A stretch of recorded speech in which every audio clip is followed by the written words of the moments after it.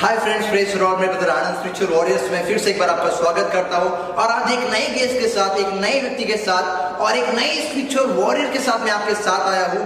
पिछले दो व्यक्ति के जो जीवन को आपने देखा उससे जरूर आप उभरे रहेंगे और जो आज के व्यक्ति है मैं आपसे कहना चाहता हूं ना, कुछ तो धमाका आज तो होगा, कुछ तो नई बात आज तो होगी, कुछ तो एक आग लग जाएगी, क्योंकि वो आने से ही बस माहौल बदल जाता है। वो जहां पर खड़े रहते हैं वहां का सारा माहौल बदल जाता है। तो मिलते हैं ऐसे व्यक्ति से जिनका नाम है pastor Daniel. Praise Lord pastor. Thank you. Spiritual warriors में आपका बहुत बहुत हम स्वागत करते हैं। आपने आपका समय हमें दिया, आप यहाँ पर आए, हमारा न्योता स्वीकार किया, इसलिए बहुत बहुत शुक्रिया पास्टर। सो हम लोग शुरू करते हैं कुछ सवालों के द्वारा। हम लोग शुरू करें पास्टर? बिल्कुल। ओके, आपका मसीह में आने से पहले का बैकग्राउंड क्या था? ओके, अगर आप ये जानना चाहते हो तो मैं समझता हूँ कि हमारी जो 4 पीढ़ी है हम कैथलिक्स हैं। ओके। और हम पहले जनरेशन है या पहली पीढ़ी है जो कैथलिक से हम बाहर निकले हैं। और हम नहीं कहेंगे प्रोटेस्टेंट है, लेकिन हम ये कहेंगे कि हम कैरिस्मेटिक या बाइबल फॉलोवर्स या जो यीशु ने कहा है उसको लेके चल रहे हैं। सो मैं अपने आप को ऐसा नहीं कहूँगा कि मैं प्रोटेस्टेंट हूँ या कैरिस्मेटिक, लेकिन हम यीशु को और बाइबल को फॉलो करते हैं। हम उस पासभूमि से आते हैं, तो हम पहले कैथलिक थे। सो मैं आपका फैमिली बैकग्राउंड जानना चाहता हूँ कि फैमिली बैकग्राउंड क्या था, पहले क्या था? श्योर। अभी जो मेरी परिवार की परिस्थिति है, अभी हम बहुत अच्छे हैं, लेकिन अगर यही चीज़ आप पहले पूछोगे 24 साल पहले, मेरे भाई हैं, हम 3 भाई हैं, मम्मी हैं, और हम 83 में मुंबई आए थे। मैं समझता हूँ पंजाब से। और उसके पहले हम एमपी में थे, एक शहर का नाम है पन्ना, और मेरे जो ग्रैंडफादर हैं वो मिलिट्री में थे, और उनके शिफ्टिंग के चलते यहाँ से वहाँ पर तब हम फाइनली पहुँचे हैं मुंबई में। और जब हम मुंबई पहुँचे थे 83 में, मुझे लगता है कि मेरी जो उम्र थी वो 10 या 11 साल की थी। और तब से लेकर 93 तक हमने बहुत स्ट्रगल किया है इन टर्म्स ऑफ अपने जीवन की रोजी रोटी को कमाने के लिए। अगर आप पूछेंगे कि उसके बाद क्या हुआ है, तो मैं समझता हूँ कि 93 के पहले से लेकर 83 से 93 तक 10 साल, अगर मैं ये कहूँ कि बहुत स्ट्रगल हमारे जीवन में या पर्सनली मेरे जीवन में मैंने देखा है। अगर आप चाहे तो मैं सिलसिलेवार से वो सारी चीज़ें आपके सामने रखना चाहूँगा, और साथ ही साथ जो हमको देखेंगे, जो हमारी व्यूवर्स हैं, मैं समझता हूँ कि आपके लिए भी एक अच्छी गवाही और प्रभु की महिमा मेरी गवाही से होने पाएगी। मैं समझता हूँ कि पिताजी के गलत आदत की वजह से, नशा करने के चलते, हम 3 भाई अपनी पढ़ाई पूरी नहीं कर सके। अगर आप मुझे पूछोगे कि पास्टर डैनियल आपने कितनी पढ़ाई की है, तो मैं 5वीं क्लास ही तक पढ़ पाया, और वो भी 3 बार फेल हो चुका हूँ। उसके पहले मुझे जब मेरे मम्मी को मैं देखता था कि दूसरों के घर में एक वक्त का रोटी के लिए दूसरों के घर में खाना बनाना, कपड़े धोना या उनके घर की सफाई करना, उसके लिए वो जाती थी एज अ मेड, या घर पे जो काम करते हैं ऐसा वो जाती थी। और मुझे बिल्कुल याद है कि 83, 84, 85 तक में इतनी परिस्थिति खराब थी कि एक वक्त का खाना हमें जुटाने के लिए बहुत संघर्ष करना पड़ता था। और मैं समझता हूँ कि वो ऐसे दिन थे जहाँ मैंने खुद ने सिर्फ एक वक्त खाना मिल जाए ऐसी नौकरी की है, एक वेजिटेबल शॉप में। सो मैं समझता हूँ कि अगर मैं बहुत बोलूँ तो ये वीडियो बहुत लंबा हो जाएगा। मैं समझता हूँ कि गरीबी का जो तह होता है, यानी कि बॉटम लाइन होता है, हम वहाँ तक जा चुके थे। मैं चोरियाँ तक करता था। चोरियाँ वो नहीं करता था जो कहते दूसरों के घर में पैसा चोरी करना, नहीं। मैं पुलिस की गोली, बंदूक की जो गोली होती है, या मिलिट्री की बंदूक की जो गोली होती है, उसको चोरी करता था। क्यों? मैं बताता हूँ। उससे क्या होता था, हम वो जो गोली होती थी मैगजीन पिस्तल की, उसमें 2 चीजें होती है, एक होता था शीशा और दूसरा होता था पीतल, तांबा। उसको पिघला के हम बेचते थे अलग अलग करके, और उससे जो पैसे मिलते थे वो हम जो है अपने जीवन को चलाते थे। मैंने चोरियां की है, मैंने थिएटर में टिकट ब्लैक किया है, मैंने वेटर का काम किया है 7 साल एज अ स्टीवर्डशिप, वेटर का काम किया है। मैं दूसरों के होटलों में जो गंदे बर्तन होते थे मैं उसको उठाता था और वो काम करता था। और ऐसे करते करते होटल लाइन में मुझे लगता है 7-8 साल मैंने होटलों में काम किया है, और वो पैसे से हमने अपनी मसीह के बगैर हमने अपनी जिंदगी को थोड़ा सा बनाने की उस वक्त में कोशिश की थी। अगर आप मुझे ये पूछेंगे भाई आनंद कि उसके बाद आपके लाइफ में ऐसा क्या हुआ कि आपका लाइफ या आपका जीवन यीशु में आ गया, दूसरा सवाल मेरा वही है। ओके, सो मैं उसी से कनेक्ट करना चाहूंगा ब्रदर आनंद, और साथ ही साथ मैं फैमिली के बारे में बताना चाहूंगा। 93 तक ये सिलसिला चलता रहा, लेकिन 91 और 92 में मुझे याद है मेरा अफेयर एक ऐसी लड़की के साथ हुआ था जो महाराज सिंह थी, एक ब्राह्मण की लड़की थी, और तभी जो मेरी वाइफ अभी है उसके साथ में कोई रिश्ता नहीं था, और ना ही मैं जानता था उनको और ना वो मुझे जानती थी। लेकिन उस वक्त में जो मेरा अफेयर था प्यार, हालांकि मैं कैथलिक से आता हूँ और हमारे कैथलिक में बाइबल फॉलो करना, वचन को फॉलो करना नहीं सिखाते थे, और हमारी जो जिंदगी है वो पूरी तरह से अविश्वासियों की ऐसी जिंदगी थी, और मुझे लगता था कि ये जो लड़की है ये मेरी जीवन साथी बन सकती है। और मैं आपको बताऊं ब्रदर आनंद कि हमारा जो अफेयर था या प्यार था, आई होप मुझे सब लोग सुनेंगे, हमारा जो अफेयर था वो इतना स्ट्रांग था ना कि जीना मरना तुम्हारे लिए, ऐसा वाला वो जो था वो प्यार था। लेकिन पता नहीं क्या हुआ कि मुझे एक ऐसा धोखा, जिसको हम कह सकते हैं, मेरे लाइफ में आया कि वो लड़की कहती है कि आज के बाद हमारा कोई रिश्ता नहीं। अब आप लोग सोचिए, एक ऐसा लड़का जिसका फैमिली बैकग्राउंड नहीं है, एक ऐसा लड़का जिसके पास में गरीबी है, एक ऐसा लड़का जो होटलों में काम करता है, और वो भी ऐसे होटलों में जहाँ शराब मिलती है। अगर धोखा खाए तो उसका सहारा कौन है? ऑफ कोर्स दारू। और मैं इतना पीने लगा था रात में दिन में, क्योंकि वो जो दुख मिला था या जो है ना चोट मिली थी या जो धोखा मिला था, तो सहारा उस वक्त में शराबी था। और पीते पीते जो हम गाने सुनते थे, आज ऑफकोर्स लोग मुझे गॉस्पेल सिंगर बोलकर जानते हैं, लेकिन उस वक्त में जो मैं गाने सुनता था, किशोर कुमार, मोहम्मद रफी, और ये जितने भी सैड सॉन्ग, बैड सॉन्ग, ये सारे सुनता था, और मुझे ऐसा लगता था कि ये गीत मुझे तसल्ली देंगे। लेकिन ऐसा कुछ हुआ 93 मार्च 16 तारीख को मेरे घर पर एक ऐसा व्यक्ति आया जिसने ये कहा कि आप जिस चर्च जाते हैं या जो बाइबल को आप पढ़ते हैं या लेकर चलते हैं वो सही नहीं है। हमने पूछा क्यों? क्योंकि हमारे घर पर ऑल्टर होता था, क्रॉस होता था, जीसस की फोटो होती थी, और यहाँ तक कि हम अपने पर्स में जीसस का फोटो रख के घूमते थे, गले में क्रॉस होता था। मैंने उनसे पूछा कि इसमें गलत क्या है? तब उसने कहा कि जिस यीशु को आपने बाहर रखा है वो अंदर नहीं होने के चलते, क्योंकि शैतान आपके जीवन में काम कर रहा है, इसलिए आपका जीवन ये तरीके से खराब है। मैं उसकी बात को समझा, और मैं एक व्यक्ति को क्रेडिट दूंगा। हाँ, मैं फिर कहना चाहता हूं कि मैं एक व्यक्ति को क्रेडिट दूंगा, और वो व्यक्ति कोई और नहीं है, वो मेरी मम्मी है। अगर उस दिन माँ मुझे नहीं फोर्स करती या दबाव नहीं डालती चर्च जाने के लिए, you will not believe brother Manoj, आपका हाथ दीजिए प्लीज, ऐसा हाथ पकड़कर वो मुझे चर्च ले गए। कौन? मेरी मम्मी। और मैंने मेरी माँ से कहा कि हम जिस चर्च जा रहे हैं हम उधर कभी नहीं गए, हम तो वो चर्च जा रहे हैं, सो आप इस चर्च में हमें क्यों लेकर जा रहे? तो मेरी माँ ने कहा कि एक बार आकर देखो। और मैं आपको सच बताऊं, इतना अच्छा माहौल था वहां का, आराधना हो रही थी, वचन की सेविकाएं हो रही थी, पास्टर प्रचार कर रहे थे, लेकिन भाषा हिंदी नहीं थी, और ना तो भाषा इंग्लिश थी, वो भाषा थी तमिल। आपको आती थी वो? बिल्कुल नहीं। और मैं तमिल का एक शब्द नहीं समझ पाता था, और मुझे याद है कि पता नहीं क्या हो रहा था, पास्टर प्रचार किया जा रहा था, और मुझे ऐसा लग रहा था कि पास्टर प्रचार कर रहा है मेरे लिए, और मुझे उसकी हर चीज समझ में आ रही थी, ऑनेस्टली बता रहा हूं। लेकिन तमिल मुझे बिल्कुल नहीं आती, और मैं समझता हूं कि वचन अभी कहता है, जो हमें बाद में पता लगा कि परमेश्वर ऐसे दान देता है लोगों को अन्य भाषाओं को इंटरप्रेट करने का, अन्य भाषाओं को समझने का या बोलने का। तो मैं समझता हूँ कि उस वक्त में वो तमिल भाषा मेरे लिए एक इंटरप्रेट वाला बात हुआ होगा। मैं गवाही समझ गया, मैं प्रार्थना समझ गया, मैं उनके वचन समझ गया, और वो एक संडे था, मैं फिर कहता हूँ वो एक संडे था, मैंने डिसीजन लिया, और मैंने कहा कि मैं अब से उस चर्च ना जाते हुए कैथलिक, अब मैं इस चर्च जाऊंगा, और मैंने अपना कमिटमेंट वहां पर किया।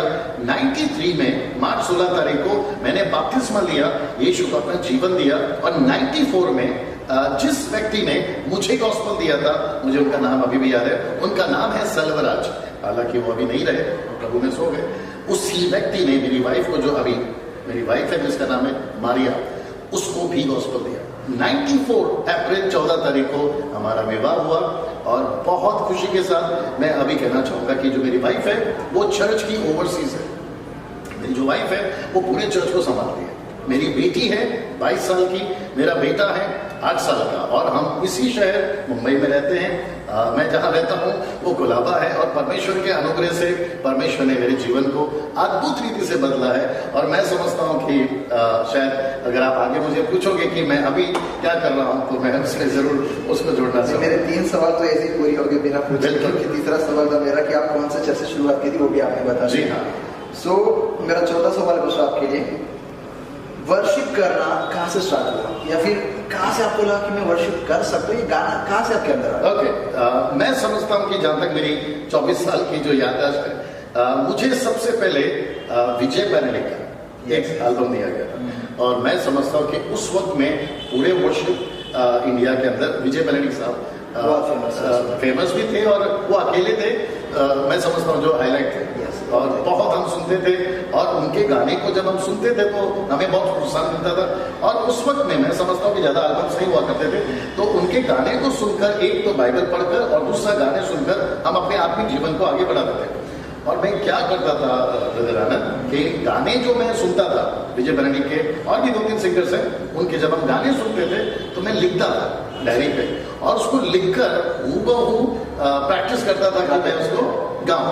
और मैं आपको बताऊं कि मेरे को क्यों हो गया, क्योंकि जब मैं अविश्वासी था और धोखा खाया था तो पिक्चर के गाने सुनता था, और जब वो गाने सुनता था तो ऑब्वियस है मैं गुनगुनाऊंगा, और मैं जब गुनगुनाता था तो मैं सीख गया था सुर ताल में गाने के लिए। तो मैंने सोचा कि जब मैं वो गाने गाता हूँ संसार के, तो क्यों ना मैं प्रभु के गाने गाऊं।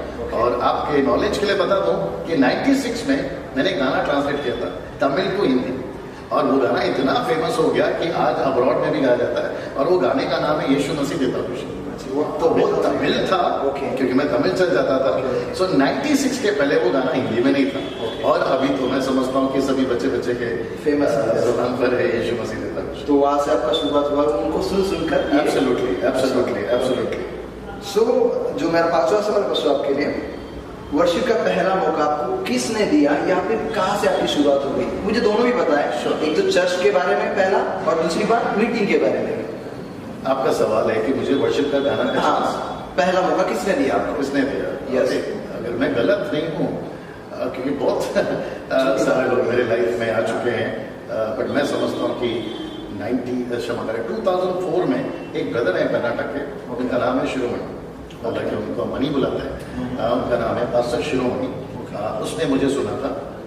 फिर एक और ब्रदर, उनका नाम है आइजक थॉमस, सारा एल्बम के बहुत फेमस सिंगर है, वो भी अभी बेंगलोर में हो।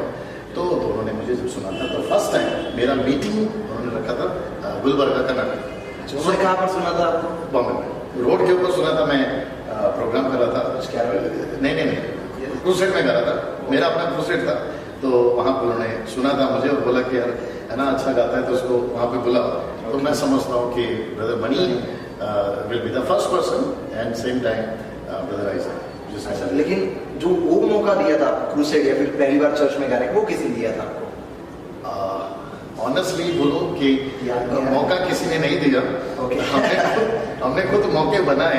मैं आपको बताना चाहता हूँ कि है ना, नॉट बोस्टिंग माई सेल्फ, बड़ाई नहीं कर रहा। उस वक्त में भी है ना, अगर आप मेरी बात करो, मैं बहुत पागल था यीशु के लिए। अभी भी हम खुद प्रोग्राम रखते थे, ऑनेस्टली बोला जाए, हम खुद प्रोग्राम रखते थे। हम खर्चा करते थे पैसा, हम खुद रखते थे प्रोग्राम, और हम खुद जाते थे है ना कि हम गाना गाएंगे और है ना प्रचार करेंगे। तो वो मैं शुरू से करता था। अच्छा, तो किसी ने मौका नहीं दिया। जब भी हम प्रश्न एंथनी के इंटरव्यू ले रहे थे, हाँ, उन्होंने भी सेम बात ऐसी कही थी ना कि मुझे ऐसा किसी ने मौका नहीं दिया, या फिर किसी ने बहुत पापड़ बेचने पड़े, याद उन्होंने कहा था ना। तो मैंने उनको पूछा था कि मतलब किसी ने आपको प्रमोट किया? किसी ने भी मुझे प्रमोट नहीं किया। सही बोला। सो लिटरली उन्होंने कहा कि एक बार वो किसी मीटिंग में थे, भाई विजय बेनेडिक्ट वहाँ पे थे, वीरेंद्र पाटिल थे, और 2-3 जन थे। तो उन्होंने कहा ना कि एक बार मेरा कैसेट निकला था, मैं नीचे सोया था, इधर कैसेट के याद था, मुझे कोई नहीं पहचानता था, मुझे कोई नहीं जानता था, और ये सारे लोग आकर मेरे सामने से चले जा रहे हैं, लोग किसी कैसेट लेके जा रही है, उनकी खाली 6 कैसेट दी थी। सो आपका भी सेम ऐसे ही था? मैं समझता हूँ कि ऐसा तो मेरे साथ नहीं हुआ, पता नहीं परमेश्वर का ग्रेस है मेरे ऊपर। ठीक है, मैं पहला ही सवाल पूछ लेता था कि आप दूसरा जवाब पहले दे देते हो। बिल्कुल। सो मैं आपको पूछना चाहता हूँ, आपका पहला एल्बम कौन सा है, या उससे रिलेटेड क्या बात है? ओके, सबसे पहला एल्बम का नाम है छूले पर। मैं समझता हूँ 2003 में वो हमने बनाया था। उसमें जो गाने हैं वो मेरे पूरे अपने थे और ये बॉम्बे में हमने नहीं बनाया था, बेंगलोर में हमने बनाया था। और मैं समझता हूँ कि उस एल्बम के वजह से एक गाना मैं समझता हूँ रखवाला, जिसके वजह से मुझे बहुत से लोगों ने पहचाना जाना और फेमस होता चला गया, जो भी आप बोलना चाहें। सो वो पहला एल्बम था चूल्हे पर। सो उसके ऊपर से कुछ कहानियाँ हैं कि कैसे मौका मिला या फिर क्या गड़बड़ी हो गई या क्या कैसी बातें हो गई कि शुरुआत का मौका इतना आसानी से नहीं मिलता मेरे हिसाब से, मुझे ऐसा लगता है। नहीं, मैंने जैसे कहा ना कि मैं जब एल्बम बनाने की बात आई, पैसे मेरे पास में थे। अच्छा। 93 से प्रभु में हूँ, 2003 में एल्बम बनाया, तो 10 साल में मैं काफी टाइम लग गया, बहुत टाइम जी हाँ, 10 साल का तो टाइम लग गया एक एल्बम बनने में। लेकिन पैसे का तकलीफ नहीं है। खैर मैं इतना बोलना चाहूँगा जो परमेश्वर ने मेरे साथ में किया, और म्यूजिक मुझे मिल गया था। और जैसे मैंने कहा ब्रदर मणि, तो उसको मुझे हेल्प किया था, तो मुझे नहीं लगता कि कोई दिक्कत आई थी एल्बम बनाने में। सो दैट वाज, मतलब परमेश्वर कोई ना कोई ऐसा व्यक्ति रखता है जो आपको सपोर्ट में रहे जब भी आप टाइम। मैंने बोला मुझे भी ऐसा लगता है हमेशा ना कि हमेशा एक व्यक्ति आपके पीछे होना चाहिए जो ऐसे समय में जहाँ पर आपको कोई नहीं जानता पहचानता।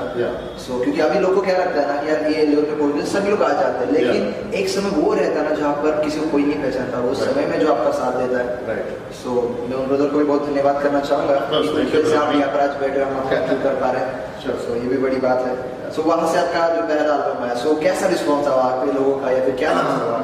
मैं इसको जरूर बोलूँगा कि फर्स्ट एल्बम इनफैक्ट मेरा ही नहीं, किसी का भी, आप जितने भी सिंगर का नाम लिए, वर्शिप लीडर्स का नाम लिए, उन सबका पहला एल्बम ही जो होता है वो बहुत ही धमाकेदार होता है। लोग पहले एल्बम से आपको बहुत प्यार देते हैं, आपको सम्मान देते हैं, आपके गाने सुनते हैं। मैं समझता हूँ मेरा पहला एल्बम बहुत हिट रहा, लोगों ने बहुत पसंद किया, और मैं वापस कहूँगा वो एक गाने की वजह से, अच्छा रखवाला, और फिर बाकी 2-3 गाने थे उसके अंदर, लेकिन मैं समझता हूँ वो फर्स्ट एल्बम की वजह से लोगों ने मुझे पहचाना। हम जरूर आपको गाना गवाना चाहते थे, लेकिन शायद अभी हो नहीं पाएगा वो।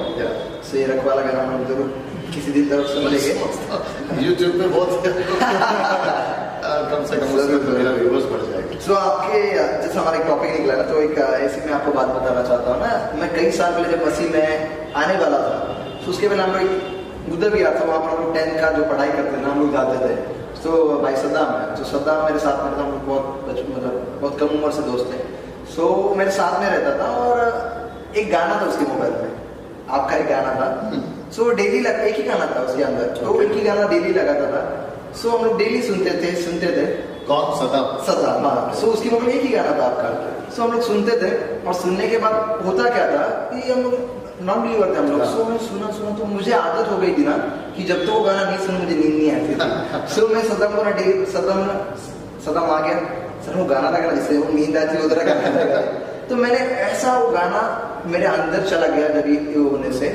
सो लेकिन उसके कुछ ही दिन बाद ना मैंने सद्दाम एक जगह पे जा रहा था, मैंने उनको कहा कि सद्दाम तुम कहाँ जा रहे हो? तो कि मैं चर्च में जा रहा हूँ, मैं भी आना चाहता हूँ। तो मुझे ऐसा कहीं ना कहीं लगता है ना कि वो गाना भी एक मेरे लिए एक आशीष का कारण है कि वो मेरे अंदर शायद जाकर कुछ ना कुछ उसने काम किया है। क्योंकि वो मैं डेली सुनता था, जैसे बाइबल कहता है ना कि विश्वास सुनना, तो उसके अंदर उसी के वचन से गाना बनाया था।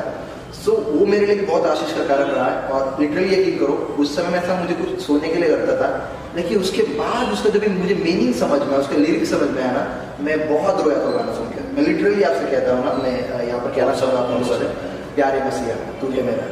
सो आप नहीं गा सकते सो, लेकिन बट मैं चाहूँगा कि मैं बताऊँ आपको गाना ब्रदर रॉबिन अल्मेडा ने मुझे लगता है कि आज से 10-15 साल पहले कंपोज किया था, और वो गाने के मतलब एल्बम में नहीं आया था, कभी भी नहीं आया था।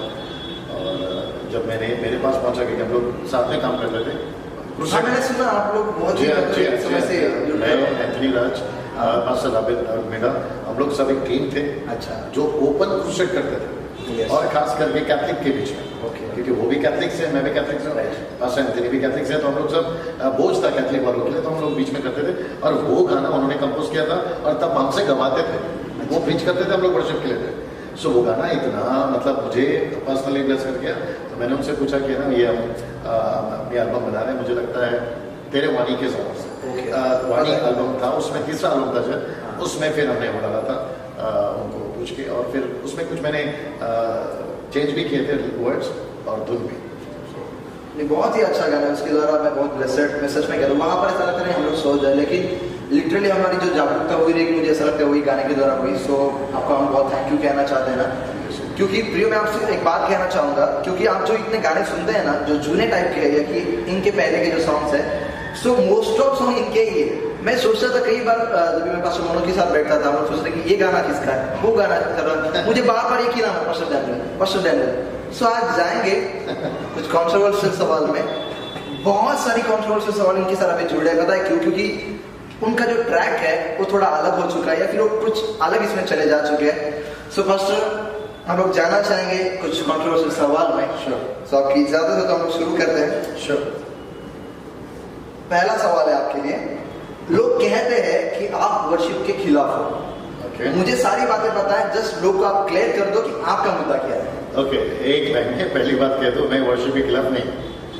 पहली बात ये, अगर आप चाहें तो मैं रिपीट कर सकता हूँ, पास्टर डैनियल राज आराधना स्तुति के खिलाफ नहीं।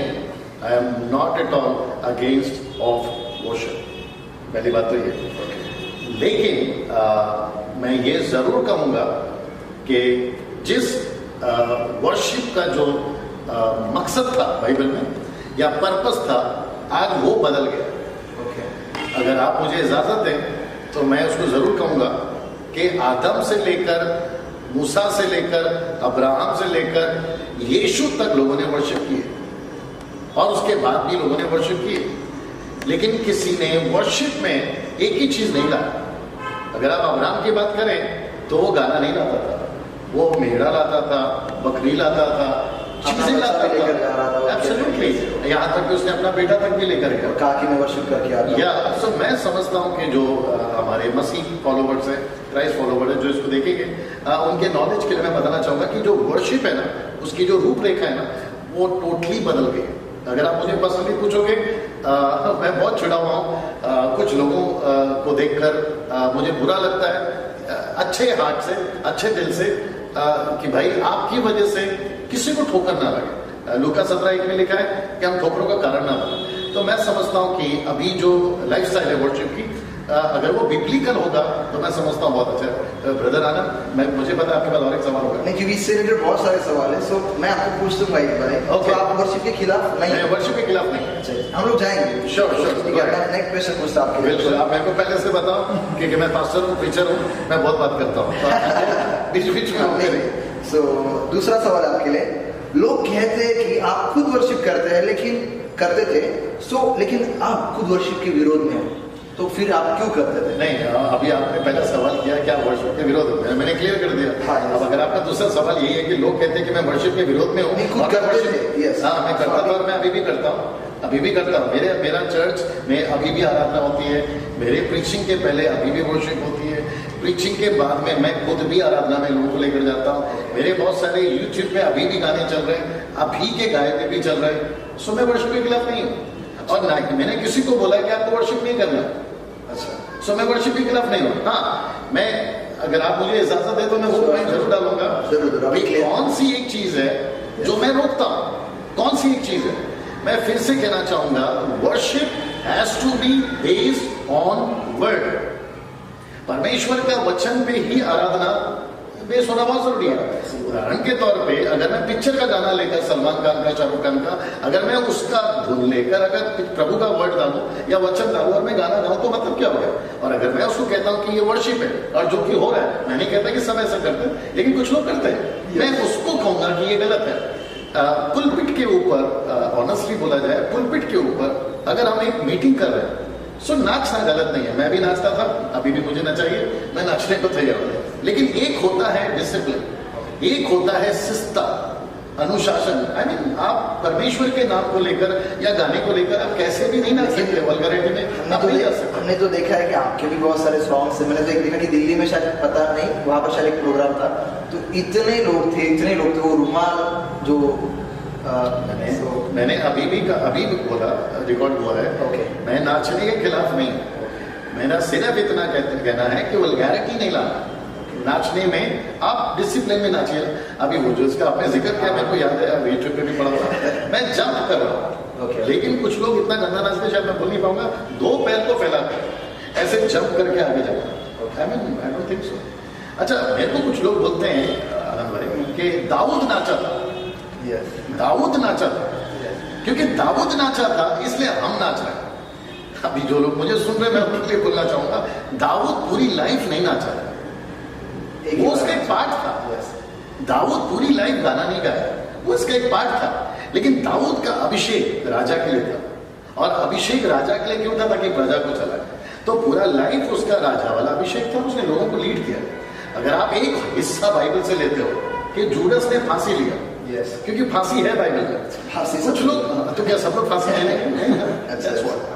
सो ये तो बात ऐसी होगी जो मैं आपसे कहना चाहता हूँ। लेकिन जो अभी का जो आपका टर्निंग पॉइंट है, क्योंकि आप डायरेक्ट वर्शिप को डिस्टेंस बना के, छोड़ नहीं बोलेंगे हम लोग, डिस्टेंस बना के आप ग्रेट कमीशन से जुड़ गए। क्या बात घट गई कि आप डायरेक्ट ग्रेट कमीशन में आ गए? क्या घटना घटी? आपको क्या लगा कि इसके अंदर कुछ ऐसी बात है जो इसे पकड़ना पड़ेगा? ओके, सो मैं समझता हूँ कि ना, ये आपने जो सवाल किया, एक एग्जाम्पल के तौर पे मैं जवाब देता हूँ। मुझे जहां तक याद है कि कोका कोला, ये जो ब्रांड है, कोल्ड ड्रिंक है, ये कोका कोला आज से 130 साल पहले कहीं नहीं था। ये अचानक से फेमस हो गया, और अभी तो इतना फेमस हो गया कि हर बच्चे के जबान पे, और मैं समझता हूँ हर यूथ जानता है कोका कोला कौन है। मेरा प्रश्न है, कोका कोला को फेमस किसने किया? जवाब है मीडिया। जवाब है मीडिया। मीडिया क्या करती है, इनके जो प्रोजेक्ट है कंपनीज के, उसको एडवर्टाइजमेंट में डालती है। अभी आप किसी को भी उठाकर पूछिए, आप कोका कोला को जानते हो? तो हर बंदा बोलेगा हाँ कोका कोला को जानता। कैसे? बोला टीवी पे ऐड देखा। बोला कैसे? पोस्टर पे फोटो देखा। बोला कैसे? पड़ोसी पी रहा था। आप जब तक कोई चीज को हाईलाइट नहीं करोगे, वो हाईलाइट नहीं होता। अभी यही सवाल वर्शिप आप इसलिए पूछ रहे हो क्योंकि अभी वर्शिप हाईलाइट है। अभी मैं यही चीज पूछना चाहूंगा, वर्शिप हाईलाइट कब हो गया? जैसे कोका कोला 130 साल पहले नहीं था, लेकिन अचानक से हाईलाइट हो गया। वर्शिप पहले से बाइबल में था, प्रचार पहले से बाइबल में था, यीशु का महान आज्ञा पहले से बाइबल में था। मेरा प्रश्न है, वर्शिप ही क्यों हाईलाइट हो रहा है? जबकि यीशु ने आराधना के बारे में कम, वचन प्रचार करो ज्यादा बोला है, चेला बनाओ ज्यादा बोला है। सी, हम सब पढ़ते हैं। मैं समझता हूँ कि जो भी मुझे देखेंगे, सारे पास्टर्स, लीडर्स, जो भी प्रभु के दास हैं, वो सब बाइबल पढ़ते हैं। हम बाइबल को पढ़ते वक्त में बाइबल बात करती है, परमेश्वर का वचन हमसे बात करता है। और जब परमेश्वर का वचन हमसे बात करता है, तो क्या हम वो नहीं सुनो? अगर मैं परमेश्वर का वचन पढ़ते वक्त में मुझे कुछ समझ में आया कि यार ये गलत हो रहा है, हम जो कर रहे हैं वो गलत हो जा रहा है। एक एग्जांपल देता हूँ भाई, प्रेरितों की किताब 18:18 में पौलुस लूदे नाम की एक औरत के घर पर रुका था, और वहां पे एक औरत थी जिसके अंदर स्पिरिट थी, भाभी कहने वाली दुष्ट आत्मा थी, और वो लोगों के लिए प्रोफेसी करती थी। उसने तुरंत प्रोफेसी किया पौलुस के लिए और कहा कि ये जो व्यक्ति है ये सही है, उसका शब्द सही था लेकिन उसकी स्पिरिट गलत थी। राइट? तो उसको किसने परखा और किसने जांचा? ऑफ कोर्स प्रभु के दास पौलुस ने। वैसे जब हम मिनिस्ट्री करते हैं तो हमको जांचना है, हमको देखना है। अभी कुछ लोग, आपने भी बोला, कुछ लोग भी बोलते हैं, पास्टर डैनियल आप पहले वर्शिप करते थे, अभी क्या हो गया? तो मैं बोलूंगा कि अगर मैं रॉन्ग डायरेक्शन पे जा रहा हूँ गाड़ी लेकर, और मुझे पता चला है आगे जाके कि यार ये गलत रास्ता जा रहा है, तो क्या मैं यू टर्न नहीं मारूं? मैं जरूर मारूंगा। तो मैंने यू टर्न मारा है। अगर मैं पहले शराब पीता था, उदाहरण के तौर पे मैं पहले शराब पीता था, अगर मैं शराब पीता था, सबको पता गलत है, मैंने शराब छोड़ दी, अब मैं किसी को बोलता हूँ यार मत पिया करो, तो वो बंदा मेरे को ये बोले क्योंकि तुम पहले पीते थे, अभी क्यों रोक रहे हो? अरे यार जब पीता था गलत था ना, लेकिन अभी पता चला तो रोक रहा हूँ।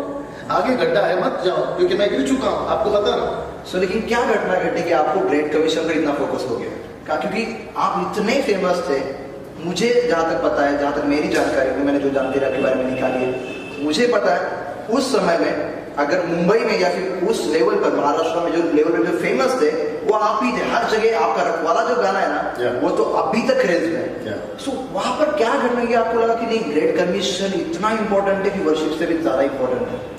घटना क्या है? श्योर, मैं बताना चाहूँगा। मेरे जितने व्यूअर्स हैं, लोग जो देखेंगे, ये जो चेंज है ना, ये इंडिया में नहीं हुआ। एक ग्रुप है ग्रेट कमीशन का, मुझे मेल आया था कि आपको यूएस से आना, और उस वक्त में मेरे पास में सिर्फ पासपोर्ट था, मेरे पास में अमेरिका का वीजा नहीं था। वो मेरे पीछे पड़े थे कि आपको आना है और ये सेमिनार को अटेंड करना है।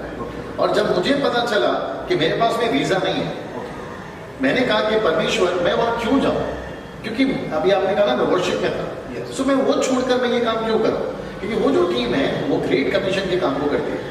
तो जब उन्होंने मुझे अप्रोच किया तो मैं बिल्कुल मना किया, मैं नहीं आऊंगा। आप बिलीव नहीं करेंगे, मुझे लगता है ये थोड़ा लंबा हो जाएगा, आप बिलीव नहीं करेंगे, एक गुजराती परिवार, वो जो हिंदू परिवार था, उनको किसी ने बताया यीशु के बारे में, और वो जो परिवार था वो चर्च घूम रहा था, और जैसे उनको पता चला, किसी ने कहा कि आप ये चर्च में जाइए, और वो मेरा चर्च था जहाँ पे मैं सभा चलाता हूँ, चेंबूर के पास में, बॉम्बे में, वो चर्च में आया, और जैसे वो फैमिली चर्च में आया, मैंने उनसे पूछा, नहीं कमर साहब हम पूछते हैं, मैंने पूछा कि आप यहाँ कैसे, तो बोला किसी ने आपको भेजा, मैंने बोला फिर कैसे आप प्रभु में आए, तो उन्होंने सारी बात बताई, और फिर उन्होंने मुझसे कहा, अचानक उसके हस्बैंड ने, उनका नाम है दिनेश, उनके वाइफ का नाम है कविता, उन्होंने बोला पास्टर डैनियल, अगर आपका अमेरिका से रिलेटेड, वीजा से रिलेटेड अगर कोई काम है तो मुझे बताइए। मैं शॉक हो गया, मेरे पास पासपोर्ट है, अमेरिका का वीजा नहीं है, यहाँ एक परिवार है जो प्रभु को नहीं जानता, किसी ने गॉस्पेल सुनाया, उनको चर्च नहीं मिल रहा है, मेरा चर्च मिला, वो मेरे चर्च में आ गए, and you will not believe, मेरा अमेरिका का वीजा उन्होंने क्लियर किया, और मुझे लगता है कि 2 हफ्ते में मेरे पास में 10 साल का वीजा आ गया, और वो फर्स्ट ट्रिप था 2013 में, फर्स्ट ट्रिप था। मैं जो सवाल आपने पूछा कि क्या चेंजेस है, मैं आपको सच बताना चाहता हूँ प्रभु के लोगों, मैं जैसे ही लैंड करा अमेरिका में, मैंने क्या देखा कि 28 नेशंस के लीडर लाइन से वहां पर, और मैं सबकी गवाही को सुन रहा था, और मैं इंडिया से था वहां पे अटेंड करने के लिए। मैं क्या सुन रहा हूँ चाइना के लोगों से कि इतना प्रोसिक्यूशन है, इतना क्लेश है, वहां पर मिनिस्ट्री हो रही है। मैंने क्या सुना, इराक में प्रभु के जो लोग हैं वहां पे भी कत्ल किए जा रहे हैं, लेकिन वो लोग सेवा कर रहे हैं। फिर मैंने इंडोनेशिया, फिर मैंने देखा केनिया, फिर मैंने देखा अफ्रीका में, जापानीज कंट्री में, मैंने सारे लोगों के मुंह से सुना मिनिस्ट्री मिनिस्ट्री मिनिस्ट्री, चेला बनाओ चेला बनाओ चेला बनाओ, लोगों को सुसमाचार के लिए तैयार करो। फिर मैंने रिकलेक्ट किया खुद को, मैंने सोचा कि मैं 24 साल से मिनिस्ट्री में उस वक्त के लिए, मैंने कहा कि फिर हम क्या कर रहे हैं एज अ इंडियंस, और उस वक्त में बीजेपी का राज नहीं था, कांग्रेस का राज था। मैंने कहा कि अभी तक कोई बिल पास नहीं हुआ है कि बाइबल नहीं छपनी चाहिए, बाइबल का प्रचार नहीं होना चाहिए, ऐसा कुछ नहीं हुआ, और सारी चीजों की सुविधा थी। उसके बावजूद भी मसीहत का काम इंडिया में नहीं हो रहा था उस वक्त में। फिर वहां से प्रभु ने बात किया, बोला कि डैनियल आज कोई प्रॉब्लम नहीं है, अदर कंट्रीज में प्रॉब्लम पे प्रॉब्लम है, लेकिन उसके बावजूद में एवरी डे 25 से 30 हजार लोग प्रभु में आ रहे हैं बाहर। अपने भारत के अंदर ये नहीं हो रहा। सो वो चैलेंज के साथ में जब मैं वापस इंडिया आया, और मैंने अपने चर्च के लीडरों से सबसे पहला बात किया, मेरे जो वेल विशर्स थे उनके साथ में मैंने बैठ कर बात किया, और हमने कहा कि हम इस काम को शुरू करें। और उसके बाद से प्रार्थना के माध्यम से, वचन के माध्यम से प्रभु मुझसे बात करता गया। और एक चीज जो आपने पहला पूछा था, मैंने ऐड नहीं किया, मैंने ऐड किया, मैं 5वीं क्लास तक पढ़ा। अगर आप मुझे पूछोगे कि आपको बाइबल पढ़ना आता था क्या उस वक्त में 93 में, तो मैं कहूंगा जी नहीं, मुझे नहीं पढ़ना आता था। लेकिन जब मैं वापस आया तो मैं इतना बाइबल को पढ़ा 2003 से, क्षमा करें 13 से, मुझे याद नहीं है कि मैंने कितना बाइबल पढ़ लिया। और मैं जब जब बाइबल पढ़ रहा था, खास करके 4-5 सालों में, मुझे परमेश्वर का महान आज्ञा ऐसे उठकर दिख रहा, जाओ सुसमाचार सुनाओ, जाओ चेला बनाओ, जाओ जातियों में जाओ। उस चीज ने मुझे ये बात को समझाया कि जो प्राथमिकता है, मैं फिर कहूंगा, जो प्राथमिकता है, प्रायोरिटी जो है, वो किसको देना चाहिए। यीशु मसीह का मैंडेट, अगर आप लोग समझ रहे होंगे, आदेश, यीशु मसीह का मैंडेट वर्शिप नहीं, यीशु मसीह का मैंडेट है सुसमाचार सुनाना। लेकिन मेरे मिनिस्ट्री में मैंने वर्शिप को मैंडेट बनाया, जो कि परमेश्वर के वचन से पूरा अपोजिट था, उसके बेस पे नहीं था। और ये कैसे हमारा जमीन, ये कैसे हमारा कॉन्शियस हमको अलाउ करेगा कि हम पवित्र आत्मा के विरोध में जाएं। पहला थिस्सलुनीके 5वां अध्याय वचन 18-19 कहता है, पवित्र आत्मा को मत बुझाओ, don't quench the holy spirit. मैं ये कैसे कर सकता हूँ? मुझे परमेश्वर का वचन सिखा रहा है, ये करो, और मुझे मेरा पसंद कहता है ये करो। तो मैंने वहां पर उस चीज को समझा, और मैंने वर्शिप को बंद नहीं किया। ऑनेस्टली स्पीकिंग, मैंने वर्शिप को बंद नहीं किया, हमने सिर्फ उसको रोक दिया है प्रायोरिटी के हिसाब से। अभी हम इस काम को कर रहे हैं। यीशु ने भी कहा, एक व्यक्ति 2 स्वामी की सेवा नहीं कर सकता, तो मैं क्यों करूं? मत्ती 6:21 कहता है, जहां तेरा धन है वहीं तेरा मन है। अगर मेरा धन लॉस्ट सोल्स है तो मेरा मन वहीं लगेगा। तो ये चीजें, और मैं समझता हूँ कि वो एक टर्निंग पॉइंट था। लेकिन मैंने सुना है आपके बारे में ना कि जो आपका पिछला जो टाइम था तो उस समय में लोग कहते हैं कि आप बहुत ही मतलब अलग से व्यक्ति थे। Okay. यानी कि बहुत गुस्से वाले या फिर बहुत ही अलग तौर से व्यक्ति थे। सो उसकी वजह से शायद लोग आपकी ये बात नहीं सुनते। आपको ऐसा लगता है कभी कभी? हाँ, ये असर तो पक्का पड़ता है कि अगर आपका जो जीवन शैली है, आप अगर पुराने ऐसे थे और अगर आप चेंज हो गए हो या आपके स्वभाव में चेंजेस है, ये बहुत मुश्किल है कन्विंस करना किसी को कि देख भाई मैं बदल गया। देख भाई, मैं ये जानबूझ से क्यों पूछ रहा हूँ ना, ताकि लोगों तक ये बात सही तौर से पहुंच जाए। सो नहीं, ऑब्वियस है। देखिए, अगर बाइबल खुद कहती है तुम्हारा गुस्सा हो लेकिन गुस्से में पाप ना हो और वो शाम तक चला जाए। मुझे गुस्सा आता था, मेरी जो टीम थी अभी भी है। मैंने यहाँ तक सुना है कि आपने कई बार लोगों को मारा भी है। मतलब अपने मसीह के लोगों को पता नहीं कहा था, लेकिन मैंने सुना है कि आपने मारा मारी भी किया है। अगर आपने अभी पूछा तो मैं बता देता हूँ। मैं आपको पूछना चाहता हूँ, मैंने एक लड़के को थप्पड़ मारा। अच्छा, ऑनेस्टली बताता हूँ, मैंने एक लड़के को थप्पड़ मारा मस्ती में आने के बाद। नहीं, मसीह में आने के बाद।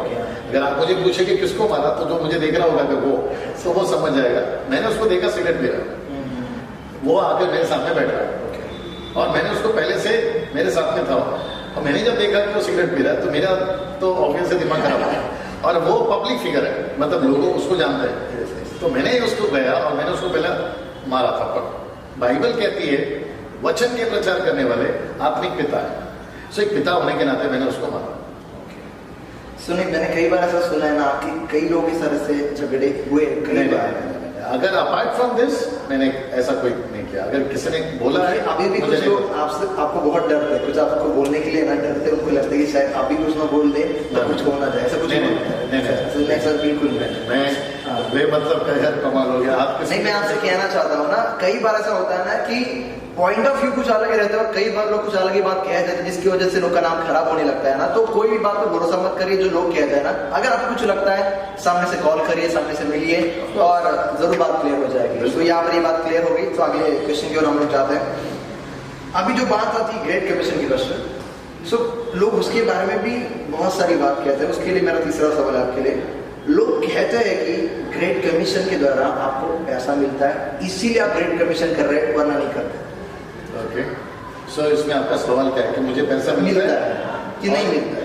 अच्छा, सवाल पैसा मिलता है, ये इसलिए आप करते, पैसा मिलता है इसलिए। ओके, ठीक है। तो मैं समझता हूँ कि 4-5 साल में 800 सेमिनार अभी तक, प्रभु की महिमा से, दया से, अनुग्रह से हम 800 सेमिनार कर चुके हैं।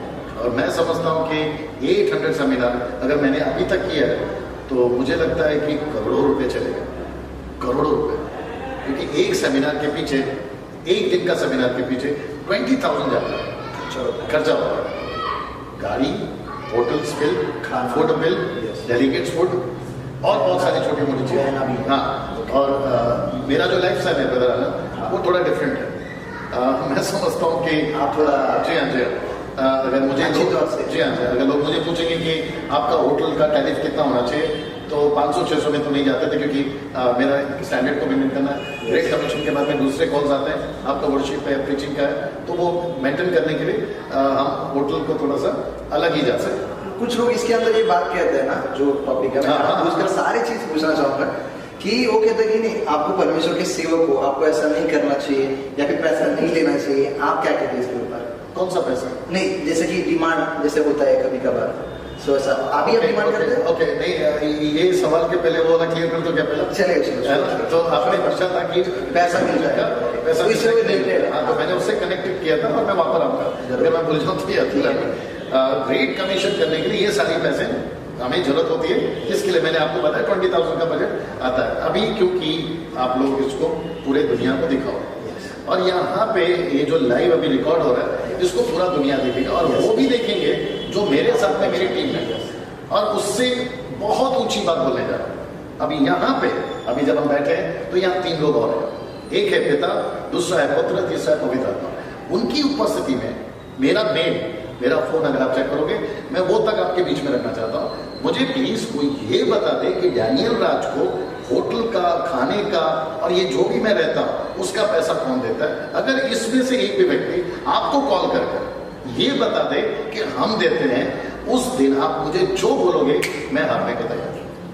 सो नहीं, कुछ लोग कहते हैं कि आपको फॉरेन से ग्रेट कमीशन के द्वारा पैसा मैं वापस कहता हूँ, मैं वही कहना चाहता हूँ कि जो डेलीगेट फूड है, जो हम लोगों को फूड का अनाउंसमेंट देते हैं, वो मैं नहीं देता, वो ग्रेट कमीशन की ग्रुप देती है। बुक्स जो हम देते हैं वो ग्रेट कमीशन की बुक्स ग्रुप देती है। उसके बाद जो मेरा खर्चा है, टीम का, गाड़ी का, होटल का, डंके की चोट पे बोलता हूँ।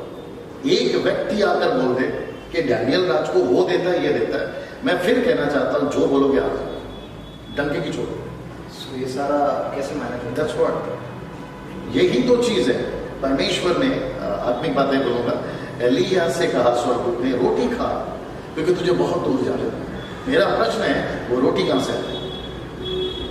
कौवे को कहा रोटी खिलाओ, मेरा प्रश्न है कौवे के मुंह में रोटी कहां से आई? पत्थर से कहा मछली के मुंह खोद तेरे को सिक्का मिलेगा, मेरा प्रश्न सिक्का कहां से आया? अगर हमको बहुत दूर जाना है तो रोटी, सिक्का, पैसा प्रभु देता है, और वो पैसे अमेरिका से नहीं आते। आपने ये पूछा कि अमेरिका से कितना आता है, मैं ये कहना चाहता हूं कि मेरा टोटल चर्च का 10% मैं बाहर भेजता हूं। अभी बोलता हूं, मेरा चर्च का टोटल पैसा 10% मैं बाहर भेजता हूं, अभी एवरी मंथ। अच्छा, ये सब ट्रू है? ऑफ कोर्स, इसलिए तो बताया। क्योंकि अगर कुछ लोग पूछे फिर बाद में, अगर हम लोग नहीं ऐसा है तो हम मुझे पता नहीं। मैं सूली छटने को तैयार। ओके, सो ये तो आपको कोई पैसा। और मैं वापस कहना चाहता हूँ, जितने भी लोग ऐसी बातों को फैलाते हैं, आप सच्चाई को जानो, आप पहले सत्य को जानो। आप क्या सुनते हो, क्या बोलते हो, नहीं, आप पहला खुद देखिए, और मेरा जो स्ट्रगल है, मेरा जो इसके पीछे है, आप उसको समझिए। मैं और एक चीज बोलूं ब्रदर, उल्टा करता हूं, ठीक है ना? सपोज मुझे पैसे मिलते हैं, जो कि नहीं मिलते, सपोज मुझे पैसे मिलते हैं, मेरी तरह काम करके बताओ, वो भी नहीं होगा, वो करके बताओ, मैं चैलेंज करता हूँ। नहीं, और मुझे भी ऐसा लगता है ना, मैंने शायद बात करते करते किसी लोग से कहा था, जब हमारा ऐसे टॉपिक निकल रहे, लोग में जाते तो कोई ना कोई पास्टर, कोई ब्रदर बोलते रहते हैं सारी चीज़। सो मैंने कहा था, अगर ऐसा पैसा की बात है तो वर्शिप में पैसा कम नहीं मिलता था। वर्शिप में अभी आपने छेड़ा, इसमें बोल रहा हूँ भाई, ये आप देख लो, इतने पैकेट मिलते थे वर्शिप में, आप जो डिमांड करो आपको मिल जाता था। मैं अभी बोलता हूँ, इसके लिए तो मैं खुल के बोलता हूँ, वर्शिप के लिए हमको पैसे मिलते थे। अब आप सोचिए, कौन सा ऐसा आदमी जो इसको इतने पैसे मिलते थे वो कट करके खुद के पॉकेट से पैसे डालेंगे? ये कौन सा लॉजिक हो? और मैं वापस कहना चाहता हूं कि मेरे को कोई प्रूफ करके बता दे कि डैनियल राज को अमेरिका से पैसा आता, मैं यहां पे बोलता हूं। तो इतना पैसा, वापस वही बात हो गई ना ब्रदर आना, कि हम समझे। मैंने खुद का मिनिस्ट्री नहीं देखा, मैंने ये देखा कि अगर मेरे वजह से उसका राज्य बढ़ रहा है तो मैं ये सेक्रीफाइस करने को तैयार। इब्रानियों की किताब उसका 11 अध्याय वचन 25 कहता है, मूसा ने फिरौन की बेटी का बेटा कहलाना इनकार किया और उसके सारे खजाने को इनकार किया और परमेश्वर के राज्य के लिए दुख उठाना उत्तम समझा। तो वो राजा का बेटा का बेटा बन सकता था, बेटी का, लेकिन उसे ठुकराया।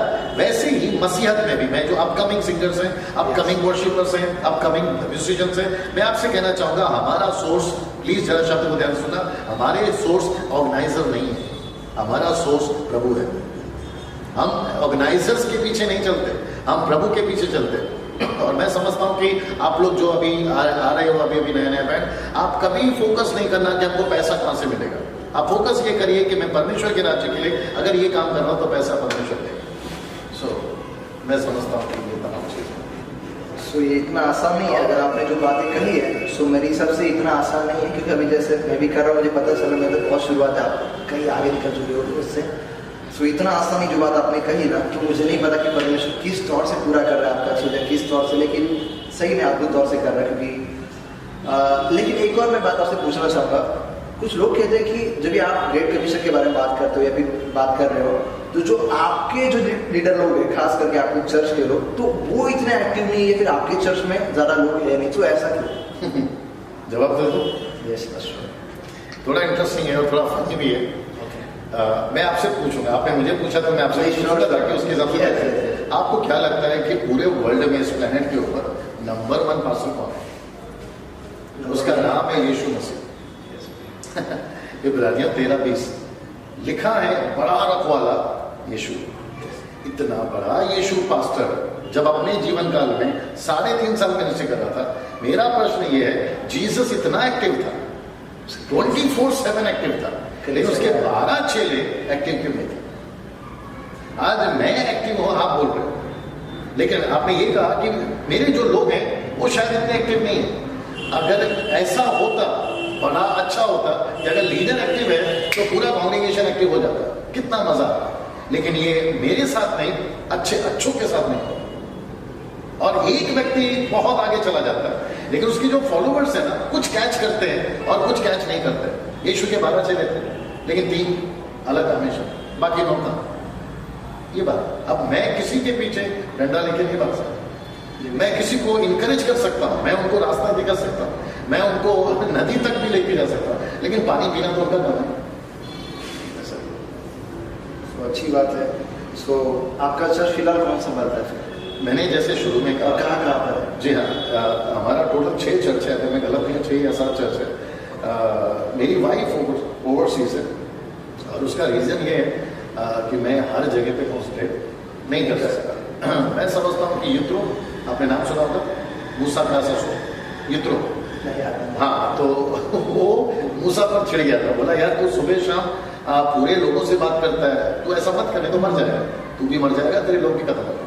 सो लीडर्स बना, तो हमने क्या किया, लीडर्स बनाया, और मैं लीडर्स से बात करता हूँ, मेरी वाइफ लीडर्स से बात करती है, वो लीडर्स उनके लीडर्स से बात करते हैं, और ऐसा करके हम मिनिस्ट्री को चला रहे। लेकिन ऑनेस्टली मैं बताऊँ कि मेरी वाइफ ओवरसीज है, मैं कुछ लोगों से बात करता हूँ, सबसे टच में नहीं करता, लेकिन फोकस यही है हमारा कि जो मुझे मिला है, मैं सेल्फ सेंटर नहीं हो सकता ना ब्रदर, सेल्फ सेंटर, हाँ, मतलब मैं खुद का नहीं सोच सकता, जो मुझे मिला या जो मेरे पास में है मैं सबको बांटूंगा।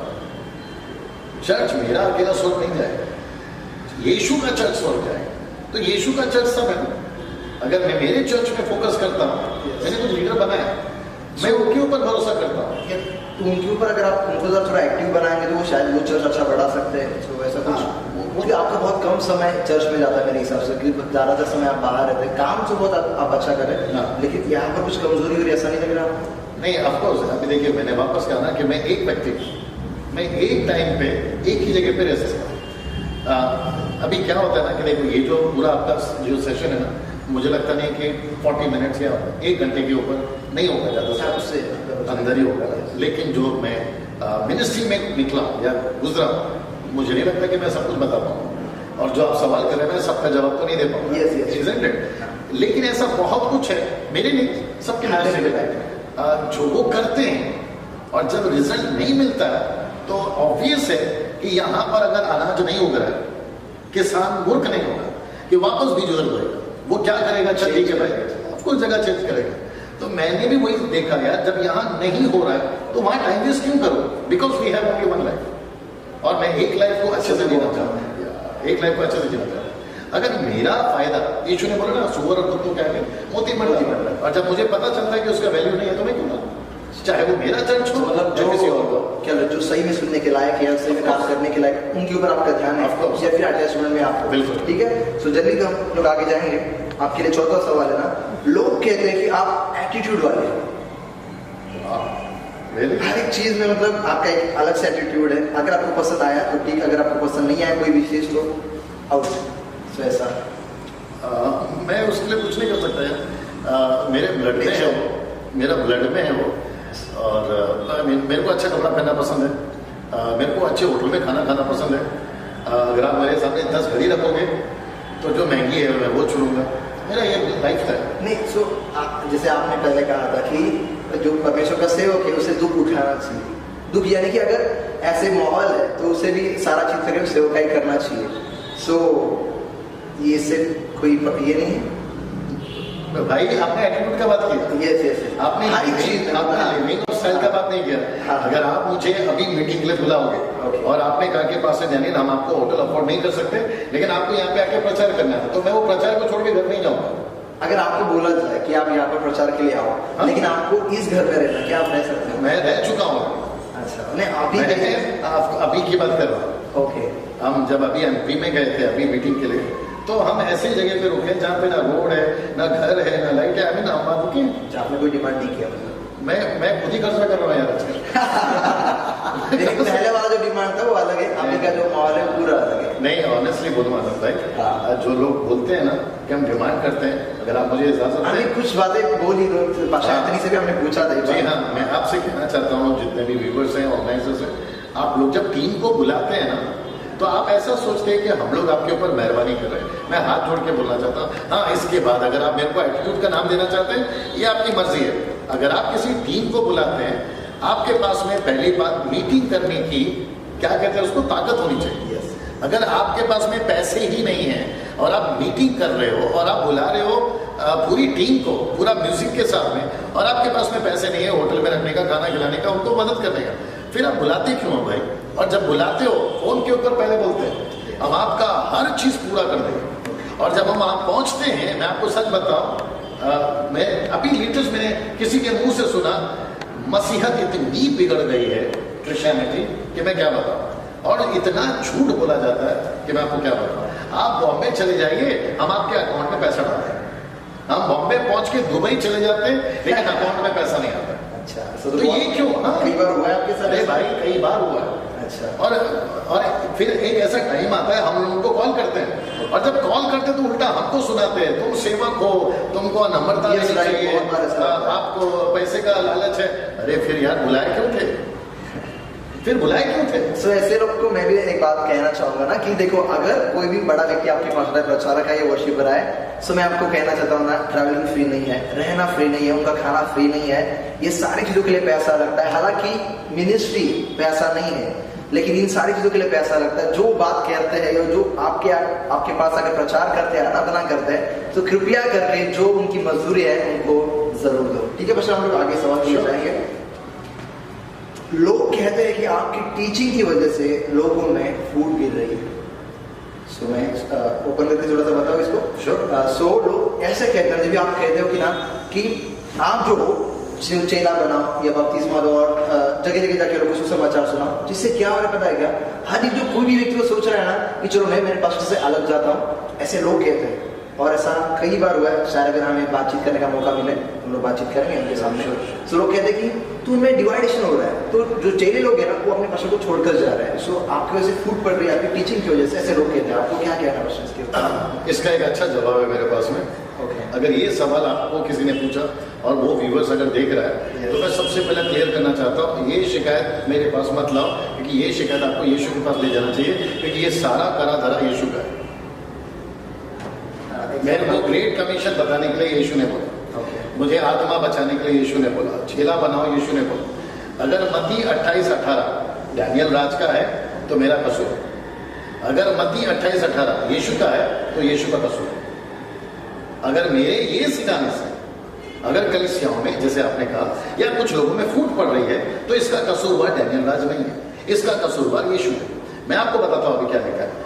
यीशु ने उनके पास आकर कहा, स्वर्ग और पृथ्वी का सारा अधिकार यीशु को दिया गया, मुझे दिया गया, इसलिए तुम जाओ। अगर मैं ये कहता हूं कि चर्च हिंदुस्तान जाओ, तो ये टीचिंग मेरा नहीं है, ये टीचिंग यीशु का है। अगर वहां पे गड़बड़ होती है तो शिकायत यीशु से करो, मुझे क्यों कर रहे हो? सो ऐसा होना जायज, ऐसा हो सकता है, फिर होना चाहिए, इसमें कोई गलत बात नहीं है, आप ऐसा कह सकते हो। ऑफ कोर्स, क्यों गलत है? अगर गलत है तो यीशु गलत है। तो मुझे लगता है आनंद भाई बना, मुझे कोई ये प्रूफ करके बताए, कोई भी पास्टर है, बाइबल टीचर, आप जो भी हैं, आप बाइबल कॉलेज चलाते हैं, मुझे प्रूफ करके बताए यीशु गलत है। यीशु ने नहीं कहा जाना है तो जाना है, यीशु ने कहा चेला बनाना है तो बनाना है। और आपके नॉलेज के लिए बता दो आनंद भाई, यीशु मसीह ने चर्च में चेला बनाने नहीं बोला। अभी आप बोलोगे पासे डैनियल, ये बोलने से भी आपका चर्च में फूट हो जाएगा, तो आने दो, क्योंकि जो सही है वो सही है। यीशु ने चर्च में चेला बनाने नहीं बोला है, यीशु ने जातियों में चेला बनाने बोला। तो कौन सी जाति है भाई चर्च में पूरी आती है? चर्च में जाति नहीं आती, लेकिन चर्च को जातियों में जाना है। आप अगर एक शहर में रहते हैं और वहां पर अगर 100 जातियां हैं, मेरा प्रश्न ये है, चर्च को 100 जातियों को चर्च में लाओगे या चर्च को 100 जातियों में ले जाओगे? आप ही बताइए। मुझे लगता है ना कि कुछ लोग का फिर वो इमोशन हो गया ना, जो शायद अपने जो लीडर से छूट रहे नहीं है, या फिर उनसे उनका जो कनेक्शन है वो तोड़ नहीं पा रहे। अगर वो जाना चाहेंगे कुछ मिनिस्ट्री करने के लिए, कुछ करने के लिए, तो उनका जो इमोशनल है वो बीच में आ रहा है। मैं समझता हूँ कि ये प्रश्न अभी इसलिए इतना तकलीफनाक हो गया है। अगर यही 1st सेंचुरी के पासों को पूछा जाए, फिलिप को पूछा जाए और उसको पूछा जाए, नहीं होगा, क्योंकि उन्होंने कहा है, वो कहेंगे यार हमको तो एक जगह पे चर्च बनाने के लिए बोला ही नहीं है, हमको तो फैलने को कहा है ना, यहाँ से वहां, वहां से यहाँ। पौलुस ने क्या किया ब्रदर आनंद, उसने इफिसुस में कलीसिया बनाई, तो एक्विला प्रिस्किला को छोड़ के गया, किसी तरह किसी को वहां पर सेट करके। That's what यीशु ने भी यही किया है। तो कलीसिया बनाओ, दूसरे को दो, आगे जाओ। उसको बोलो कलीसिया बनाओ, दूसरों को दो, आगे जाओ। तो ये मेरा टीचिंग थोड़ी है। लेकिन ये इतना लोग को आसान नहीं लगता है ना कि सारा चीज हो जाएगा। इतना मुझे लगता है उनका फेथ लेवल नहीं है या फिर कोई चीज नहीं है। इसके लिए आप क्या कह सकते हो कि जैसे कि यहाँ से जाओ दूसरी जगह, वो इतना आसान उनको नहीं लगता कि हो जाएगा, या तो फिर मत जाओ, फिर कम से कम जो जा रहा है उसको ब्लेम भी मत करो। सो आपका कहना है कि यीशु का टीचिंग है तो मैं वही दे रहा हूँ, इसमें मेरी गलती वो ऑफ कोर्स यार, मैं दूसरा क्या दे सकता हूँ। श्योर श्योर, ठीक है। आपका कंट्रोवर्शियल सवाल खत्म हो गया, तो आप रिलैक्स कर सकते हैं अभी। सो लेकिन मैं अभी कुछ एक बात पूछना चाहूँगा आपको, आपके नज़र में मिनिस्ट्री क्या है, या फिर अभी जो चलो एक कंप्लीट कर लेते हैं पहला, फिर बाद में दूसरा क्वेश्चन। मिनिस्ट्री क्या है आपके नज़र में? मैं समझता हूँ कि द वर्ड मिनिस्ट्री अगर इसको डिफाइन करना है तो मैं समझता हूँ कि वो एक ही मिनिस्ट्री है जो हम यीशु मसीह की बातों को सुनते हैं, जो यीशु ने कहा है उसको हम पूरा करते हैं। मनुष्य को बचाने का, जातियों को बचाने का, लोगों को बचाने का, ये मैं समझता हूँ मिनिस्ट्री है। अगर इसमें एक चीज़ और ऐड करवाना भाई, पवित्र आत्मा दिया गया पृथ्वी के ऊपर, तो एक ही चीज़ को करने के लिए दिया गया है, और वो है लोगों को जाकर बचाओ या सुसमाचार सुनाओ या उनके लिए गवाह बनो। अपार्ट फ्रॉम दिस, बाइबल से बात करूंगा, अपार्ट फ्रॉम दिस दूसरा कोई मिनिस्ट्री नहीं। यीशु भी नीचे आया लोगों के लिए, पवित्र आत्मा भी नीचे आया लोगों के लिए, यीशु ने लहू बहाया लोगों के लिए। Fivefold ministry, apostle, prophet, evangelist, pastor, teacher, क्यों है? लोगों के लिए। अगर लोग नहीं है तो फिर आपका मिनिस्ट्री क्यों है? तो मैं समझता हूं कि यही मिनिस्ट्री है कि आप लोगों को बचाओ, and this is what the ministry is. So ये आपको लगता है कि लोगों ने अलग अलग जगह पर जाकर सुसमाचार सुनाना चाहिए, जो बाइबल के थ्रू है। सो फिर इसके अंदर जो कुछ लोगों ने अपना कलीसिया सेट करके रखा है, तो उनके बारे में क्या कहना है? मैं समझता हूँ कि कलीसिया अगर एक जगह पे जमा हो गए और वो अगर फैल नहीं रही है, दूसरों को जाकर नहीं बता रही है, और वो चर्च सिटर्स पे बिलीव करता है, नॉट सेंडर्स पे। I hope you understood. Sitters and senders. हमको सिटर्स नहीं चाहिए, हमको सेंडर्स चाहिए। अगर कोई कलीसिया, रेनॉल्ड बॉन्के साहब का स्टेटमेंट बहुत अच्छा है, उसने कहा कि जो कलीसिया को नहीं खोजती वो कलीसिया खुद खो चुकी है। अगर एक भी कलीसिया एक ही जगह पे स्थापित है और वो डबल नहीं हो रही है, तो वो कलीसिया मरी हुई है। मैं सच बोलूंगा, वो कलीसिया मरी हुई है। अगर वो बहुगिणित नहीं हो रही है तो मतलब क्या है उस कलीसिया? अगर वो फैल नहीं रही है और अब मिशनरीज को नहीं भेज रही है तो मतलब क्या है उसका? मैं तो यही कहूंगा, कलीसिया बढ़नी चाहिए, कलीसिया फैलनी चाहिए और मिशनरीज भेजने चाहिए। और यही तो हुआ था फर्स्ट सेंचुरी में। नहीं तो आपका क्या नाम है उसका, मार्टिन लूथर, नहीं, क्या नाम है जिन्होंने बाइबल को अनुवाद किया, विलियम कैरी साहब, इंडिया में बहुत सारे ऐसे मिशनरी। भारत क्यों आते? वो छोड़िए, थॉमस भारत क्यों आता? सो आपके नजर में जो ऐसे नहीं करते तो वो मिनिस्ट्री से बाहर है? नहीं, अभी तो फिर ये हो गया ना कि मैं उनका फैसला कर रहा हूँ या मैं उसका न्याय कर रहा हूँ। तो कुछ लोगों ने क्या करना मुझे कि अगर उनके पास जो चीज़ है, यानी जैसे कि वर्शिप है, तो वो उसके द्वारा परमेश्वर की सेवकाई कर रहे हैं जो उनके अंदर डाला गया। सो आप इसके लिए क्या कहोगे? बस हम खत्म करने पर है। सो 2 सवाल और है। हम लोग हमेशा कैमरा को बोलते हैं कि जूम करो, क्योंकि मैं कुछ बोलने वाला हूँ। अभी मैं आप लोगों को कहता हूँ कि आप लोग जूम हो जाओ, क्योंकि मैं अभी जो बोलने वाला हूँ। आप लोग तैयार हैं? आपने पूछा कि वर्शिप के माध्यम से हम लोगों को जीत सकते हैं। मुझे प्लीज इतना बताइए, क्या हम यीशु को सलाह दें कि सेवा कैसे करनी है? नंबर 1, क्या हम यीशु को सलाह दें? अगर यीशु को पहले से पता था बॉलीवुड आने वाला है, हॉलीवुड आने वाला है, टॉलीवुड आने वाला है, यीशु को नहीं पता था क्या? तो यीशु ने जैसा बोला है वैसा करें, या यीशु को अलग से आइडिया है? इसलिए इंग्लिश में मैं हमेशा एक स्टेटमेंट देता हूँ, we are not here for working with for him, we are not here for working for him, but we are here working with him. हम यहाँ पर यीशु के लिए काम करने को नहीं है, हम यीशु के साथ काम करने को है। और मैं दूसरी चीज ऐड कर दूं, अगर आपके पास वक्त है। कुछ लोगों ने मुझे कहा, बड़ा फनी लगता है मेरे को, कुछ लोगों ने मुझे कहा कि पास्टर डैनियल, हम म्यूजिक के माध्यम से और गाने के माध्यम से यूथ को अट्रैक्ट करते हैं। नाउ सी दिस, कितना अलग चीज आ रहा है। म्यूजिक और गाने के माध्यम से हम यूथ को अट्रैक्ट करते हैं और संसार को अट्रैक्ट करते हैं। मैं आपको बताऊं, मैं 24 साल से मिनिस्ट्री कर चुका हूं गाने की। यूट्यूब पे मेरे गाने पड़े हुए, मैं खुद ही उसी फील्ड में था। एक प्रश्न है आनंद भाई कि बाहर के जो लोग हैं उनके पास में सोनू निगम, उनके पास में अच्छा म्यूजिक देने वाला ए.आर. रहमान, उसके अलावा उनके पास में बहुत सारे क्लासिकल सिंगर्स हैं जो वेल ट्रेन्ड है नेशनल इंटरनेशनल लेवल पे। क्या उनकी टक्कर में जितने भी गॉस्पेल सिंगर्स, वर्शिपर्स, म्यूजिशियंस हैं, जरा सुनिए, क्या उनकी टक्कर में अपना म्यूजिक है? नंबर 1। दूसरा, क्या उनकी टक्कर में अपना वोकलिस्ट है? नंबर 2। तीसरा, उनके टक्कर में अपना बैंड है? अगर आप अपना ये लेके अगर ये कहोगे कि हम उनको ये सुना के जीतेंगे, तो भाई अपने से अच्छे अच्छे पड़े हैं ना उनके पास। सोनू निगम पड़ा हुआ है, लता मंगेशकर अभी भी गाती है, और कितने अरिजीत सिंह है, और कितने अपकमिंग सिंगर्स उनके पास में, यहाँ तक कि 8-7 साल का बच्चा अच्छा क्लासिकल गा लेता उनके पास में। तो फिर वो हमारा टूटा फूटा गाना क्यों सुनेंगे? अगर उनके पास में कुछ नहीं है, मैं रिपीट करूंगा, अगर उनके पास में कुछ नहीं है तो उनके पास में जीवित वचन है। उनके पास में बाकी सब कुछ है लेकिन उनके पास में वचन नहीं है, और आपके पास में वचन है। तो आप गाने से इंप्रेस करके क्या जीतोगे? वचन दीजिए ना, जिंदगी बदलने दीजिए। आपके पास में वचन है, और मैं फिर कहूंगा, मैं वर्शिप के, गाने के, म्यूजिक के खिलाफ नहीं हूं। अच्छी बात है, आप करिए, लेकिन पूरी लाइफ उसी में क्यों डाल रहे हो? पूरा फोकस वही क्यों है? वचन प्रीच करिए ना। आप एक तरफ गिटार लीजिए, गाना गाइए, पब्लिक को जमा करिए और वचन प्रीच करिए। मैं उसकी सपोर्ट में। सो मैं समझता हूँ कि ये चीज अगर हम करते हैं तो मैं समझता हूँ कि बाहर के लोगों को हम बेहतर तरीके से जीत पाए। मैं मतलब वचन है वो मजबूत है, वो चीज दे दो जो मजबूत चीज है। वही शुरू से था ना भाई, यीशु के टाइम से, पतरस पौलुस के टाइम से, और इवन अपनी 200 पीढ़ी से पहले भी, 200 साल पहले भी वही था। अभी पता नहीं ये कहां से आ गया कि, है ना, जो यूथ है 90% क्रिश्चियन यूथ जो है म्यूजिक में घुसा हुआ। वचन कहा जाएगा भाई? इससे रिलेटेड एक सवाल है जी। आप अभी क्लाइमेट देखते हो बाहर का, हाँ। सारा क्लाइमेट देख रहे हो, हाँ। सारी खबर आपके तक कहीं ना कहीं से पहुंचती रहेगी, हाँ। मसीह लोग के बारे में।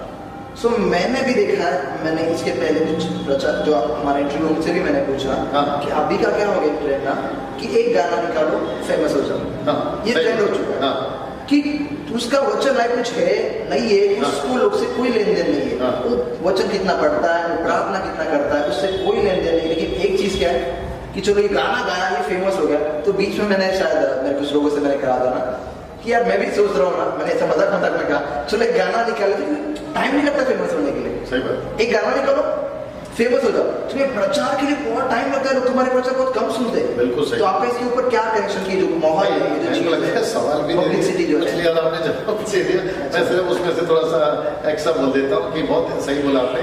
इजी टारगेट या इजी तरीका है, गाना बनाओ फेमस हो जाओ। और मैं समझता हूँ कि अगर आप इजाजत दें, ये जो अपनी क्रिश्चियन पब्लिक है, अभी पता नहीं डीजे पूजा को गुस्सा आएगा, अपनी जो क्रिश्चियन पब्लिक है ना, जो अपने क्रिश्चियन लोग हैं, इनका जो सुनने का टेस्ट है ना गाना, मैं समझता हूँ ऑलमोस्ट खत्म हो गया। मैंने ढिंचा पूजा का नाम ले लिया। वो लड़की के पास ना तो सुर है, ना आवाज है, ना ताल है। अभी मुझे नहीं पता उसके बाद आवाज जाएगी कि नहीं जाएगी, लेकिन आपको नहीं पता मिलियंस में उसके फॉलोवर्स है या व्यूवर्स है। वो एक रात या 2 रात में फेमस हो गई, और वो इतनी फेमस हो गई कि बिग बॉस में वो आ गई, और सलमान खान ने उसको प्रमोट किया या उसको लाया। अब वो लड़की का गाना इंडियन पब्लिक सुन रही है, तो सलमान खान ने पूछ भी लिया, यार इंडिया के जो लोग हैं उनके गाने के टेस्ट को क्या हो गया? उसी को ध्यान में रखते हुए मैं इनसे कहना चाहता हूं, जो अपने मसीह लोग हैं, भाई आपके गाने के टेस्ट को क्या हो गया? आप कोई प्रभु का दास या प्रभु का आराधक, with respect I am saying, गाना बनाता है, परखने का आत्मा है ना आपके पास में। आप जब कोई म्यूजिक को सुनते हो, अगर वो प्रभु की ओर से है, तो आप वो गाना या म्यूजिक आपको ब्लेस करेगा। अगर दाऊद के वायलिन बजाने से शाऊल के ऊपर का दुष्ट आत्मा निकलता था, क्योंकि उसका वायलिन बजाना परमेश्वर का अनॉइंटिंग था, ऐसे हम ना, और मैं तो कहता ऐसे हमको और चाहिए। आप अच्छा म्यूजिक बजाइए, दुष्ट आत्माएं निकल रही है, मैं सल्यूट करता हूं ऐसे लोगों को। आप ड्रम प्ले कर रहे हैं, आत्माओं बच रहे हैं, मैं ऐसे लोगों को सल्यूट करता हूं। आप ऐसा गाना गाइए, पौलुस और सिलास ने जेल में गाना गाया, जेलर का उद्धार हो गया, आपका स्वागत है यार ऐसा। लेकिन क्या चल रहा है आनंद भाई, वही अपना गुंडी बदनाम हुई वाला म्यूजिक, और है ना उस तरह का म्यूजिक ढिंचाक डालकर पब्लिक बोलती है वाह यीशु का नाम है, सुनो एंजॉय करो, और लड़का लड़कियां तो बेहिसाब नाचती है। सो आई मीन मैं समझता हूँ कि फेमस होने का इजी तरीका है, एक गाना निकालो नीचे टाइप वाला और फेमस हो गए। कोई भी अगर आपका एक वीडियो आ गया, एक गाना आ गया, तो तुरंत आदमी फेमस हो जाएगा। उसके बारे में आगे पीछे और हद तो इधर तब हो जाती है कि एक गाना जैसे ही फेमस हो गया बंदा सीधा कमेंट में। आपने मेरे को बोला ना एटीट्यूड है, मेरे को तो यार लगता है लाइसेंस है मेरे को एटीट्यूड करने का, क्योंकि हम लोग कम से कम 10 साल को बना के बैठे, एक गाना आता है और बंदा सीधा घमंड में। कितनों के मुंह से सुना है, एक गाना फेमस हो गया, बोलता तुमको पता नहीं तुम किससे बात कर रहे हो, तुमको पता नहीं तुमने किस, अरे याद होती है। मैंने ये बात के ऊपर ना, मैंने एक व्यक्ति से बात किया, ऐसे टॉपिक चल रहा था हमारा, किस भाषा के साथ में बात कर रहा था। तो मैंने कहा अगर मैं बात करूं मिस्टर डैन, ये भाषा एंथनी है जो भी उस समय के, अगर वो समय व्हाट्सएप और यूट्यूब रहता था ना, इन लोग से ना 10 गुना ज्यादा वो लेवल पे रहते थे जो आज ये लोग है नहीं। एब्सोल्युटली। और इन्होंने इतना किया है, फिर भी इनके अंदर कोई भी घमंड नहीं है, आपसे मिलता है, ये लोग बैठते हैं, एकदम कॉमनली है। अभी जो लोग आते हैं नहीं, आने वाले दिनों में आगे जब हम लोग कंटिन्यू करेंगे तो लिटरली आप देखोगे कि कैसी सारी चीजें हैं, कैसी सारी बातें हैं। And this is dangerous, I guess this is dangerous, जो अपने को रोकना है और लोगों को बताना है कि भाई, क्योंकि शैतान भी घमंड में ही गिरा। अच्छा। लेकिन कभी ऐसा हुआ कि आपने कभी किसी को कांटेक्ट किया था, कभी ऐसा, चलो एक बात बोल लेते खत्म करने में, कि किसी को कांटेक्ट करके ऐसा पूछा कि मुझे गुलाम करके? या मैं बिल्कुल बोलना चाहूँगा कि मैंने अभी तक मेरे पूरे मसीह जीवन में, अगर इनिशियल डेज थे, शुरुआत के दिनों में जब हमारा एल्बम निकला था, अगर मैंने उस टाइम पे बोला यार मेरा एल्बम निकला मेरे को बुलाओ, बट मैं समझता हूँ कि 2008 आते आते हम ऑलमोस्ट फेमस हो गए थे और हमारे पास इतने डेट्स होते थे, अगर आप मेरी बात करें तो सवाल ही उठता है, फिर हमको रोकना पड़ता था कि भाई मेरे को मत बुलाओ, मैं ये सुनिए, क्योंकि मैंने कई बार सुना है, मैं जानता हूँ, मैं उन लोगों को पहचानता हूँ अच्छे लेवल पर है, तो मैंने सुना है कि मैसेज आते हैं, कॉल आते हैं, प्लीज हमें बुलाओ। नहीं आपका नहीं, लोगों का, आपको बिल्कुल नहीं आ सकता है। सो ऐसा आता है। हाँ, ये आता है, मैं विश्वास करता हूँ। मेरे भी कुछ लोग हैं जो उनको मैं जानता हूँ, मेरे सामने कॉल करते हैं, मैसेज भेजते हैं, इवन मेरे को भी मैसेज आया भाई आपका प्रोग्राम है। आपको क्या लगता है? अच्छा नहीं, बिल्कुल गलत है। जितने भी अपकमिंग लोग हैं जो अभी आ रहे हैं प्रभु में वर्शिप के माध्यम से, मैं रिक्वेस्ट करता हूँ, जब तक दरवाजा परमेश्वर नहीं खोलता आप मत खोलिए, मत करो। अगर प्रभु ने दरवाजा खोला है कोई बंद नहीं कर सकता, अगर बंद किया तो प्रभु कोई उसको खोल नहीं सकता। कभी कभी कुछ लोगों ने मुझे भी ऐसा कहा था ना कि कॉन्टैक्ट रखो, अच्छे कॉन्टैक्ट होने चाहिए, बड़ा, क्योंकि अगर तुम उनके पास जाओगे तो लोग तुम्हें आगे बुलाएंगे, तो तुम्हें प्रमोट करेंगे। तो मैंने कहा कि ये ऐसा क्या होता है, तो उन्होंने मुझे दिखा कि देखो ऐसा नहीं। मैं आपको बताऊँ आनंद भाई, अगर ऐसा बोलते हैं ना लोग कि कॉन्टैक्ट रखने में क्या जाता है, तो फिर मैं पूछूंगा कल को अगर आप फेमस हो गए, अगर ऐसा आप फेमस हो गए, क्रेडिट किसको दोगे? आप प्रभु को तो नहीं दे पाओगे, क्योंकि हाँ, ऊपर से हम लोग बोलेंगे हाँ ये परमेश्वर ने बढ़ाया, लेकिन आप नहीं बोल पाओगे कि प्रभु ने बढ़ाया। आप बोलोगे मैंने हाथ पैर बढ़ाया, जैसे सारा ने बोला ना हाजिरा से शादी कर लो, बच्चा पैदा करो, लास्ट तक वो नहीं बोल पाएगी जब तक उसका खुद का बच्चा नहीं होगा। तो यही चीज है, आप प्रभु को मौका दीजिए ना, प्रभु बढ़ाने दो। अभी आप मेरा इंटरव्यू ले रहे हैं, दिस इज द प्रॉब्लम।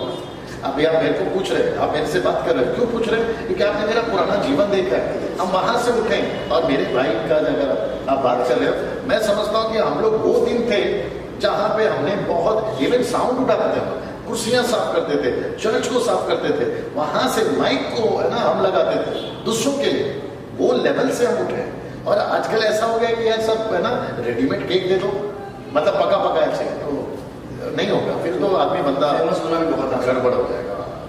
सो ऐसे लोग को आपका पसंद है कि ऐसा मत करो, ऐसा सही नहीं है। ऑफकोर्स मैं तो कहूँगा कि जल्दबाजी मत करो। परमेश्वर जब तक नहीं बुलाता और परमेश्वर जब तक चुनाव नहीं करता और परमेश्वर जब तक नहीं कहता मत आओ। और मैं तो वो कहूँगा फिर मत्ती 15-13 में कि जो पेड़ पौधा मैंने नहीं लगाया मैं उसको उखाड़।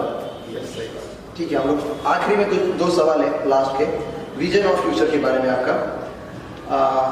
सो उसके पहले एक सवाल पूछ लेता हूँ मैं, आपके अभी तक कितने एल्बम आए हैं, कितने सॉन्ग्स आए अभी तक? यार ये सवाल मत पूछो यार। नहीं, क्योंकि जस्ट इंफॉर्मेशन के लिए बताओ किए हैं जो आपका पास था, जो आपसे अभी रिलेटेड नहीं है।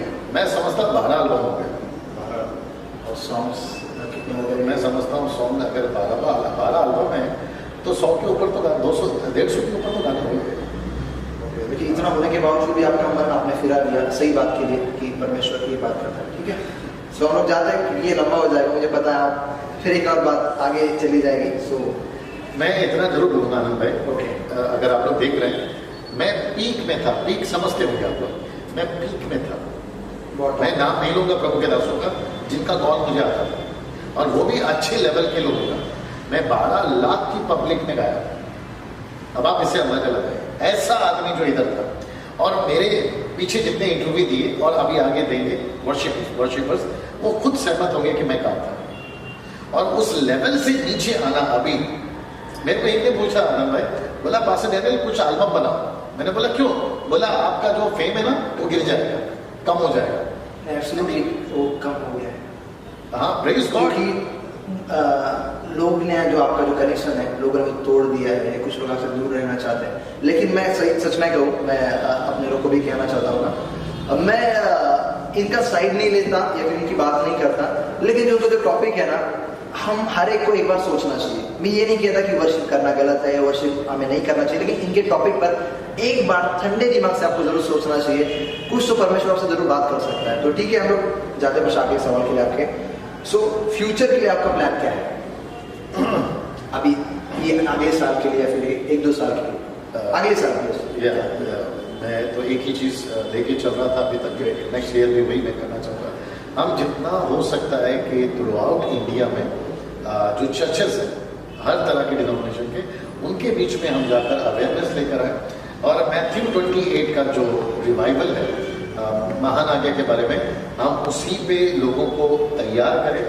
और खास करके बॉम्बे के लिए वो मिशन पीपल ग्रुप जो हमने स्टार्ट किया है, हम उसको बहुत प्रमोट करना चाहते हैं।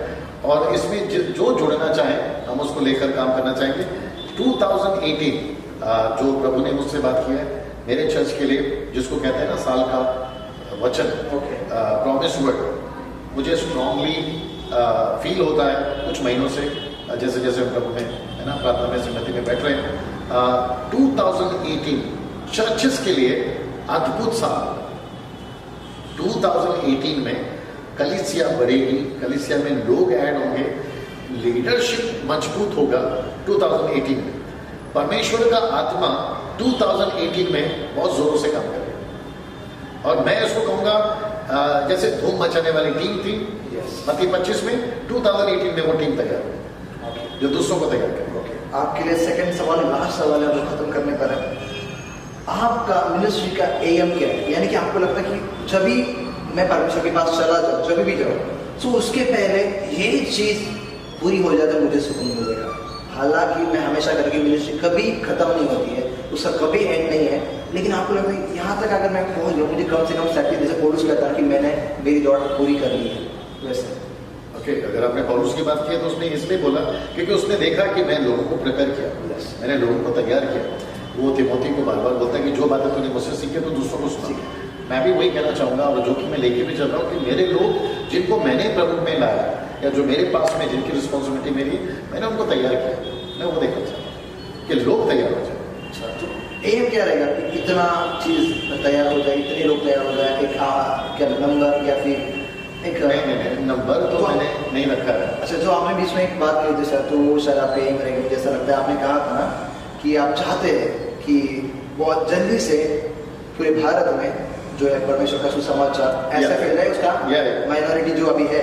मैं और ऐड करता हूँ, अच्छा, मेरा लाइफ में, मतलब मेरे जीवन काल में, मेरी सांस खत्म होने से पहले मैं देखना चाहता हूँ कि भारत बच गया, मेरे जनरेशन।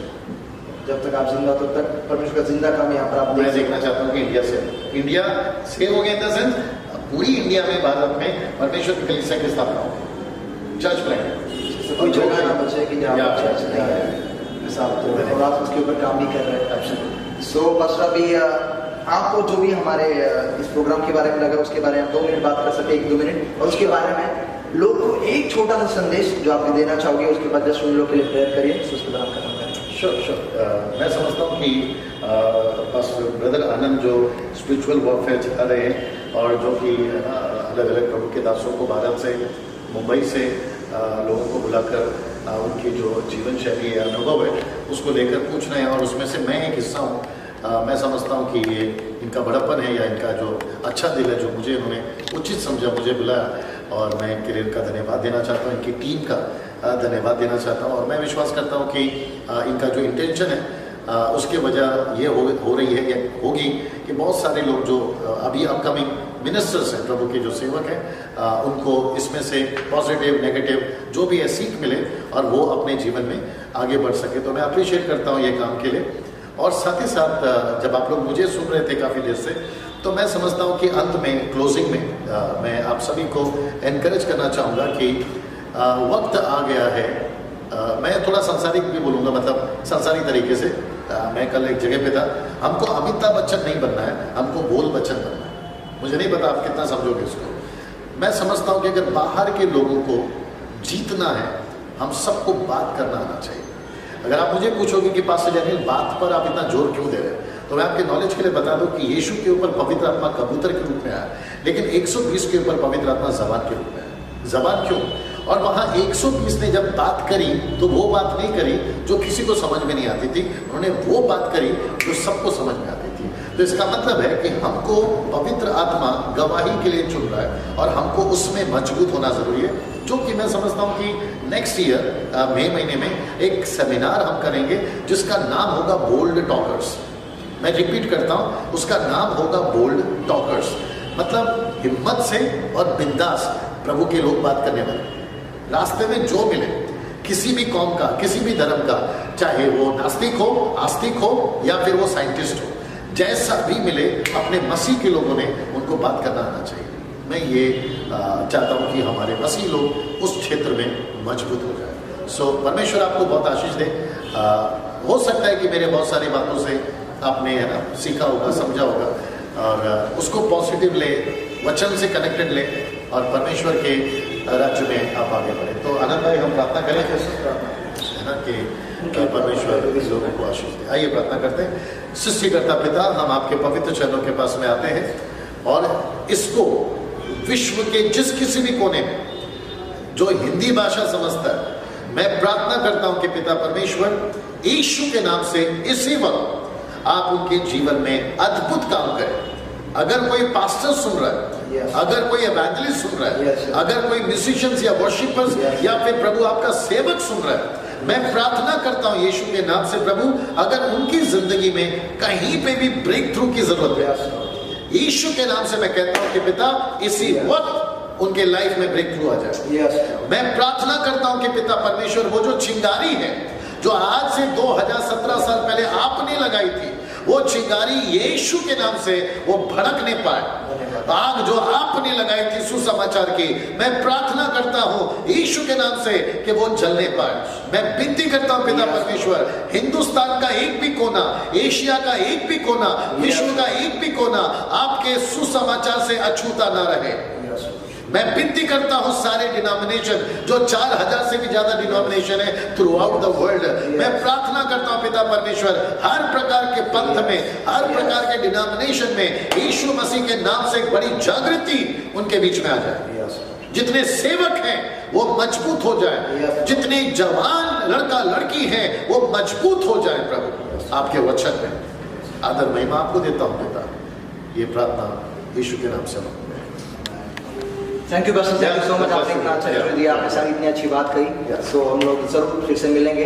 और हाय प्रेज लॉर्ड फ्रेंड। और आपने अभी देखा कि पास्टर डैनियल हमारे साथ थे, उन्होंने बहुत ही अच्छाई से, बहुत ही सफाई से कुछ जवाब दिए, और कुछ जवाब हो सकते कि आपके दिमाग में कुछ सवाल डाले, तो जरूर ये इंटरव्यू देखिए। और इसके बाद अगर आपकी दिल में कोई सवाल आते हैं हमें भेजिए, और हम फिर से मिलेंगे एक नए स्पिरिचुअल वॉरियर के साथ, नए सेवक के साथ। बने रहिए और देखते रहिए spiritual warriors. God bless you.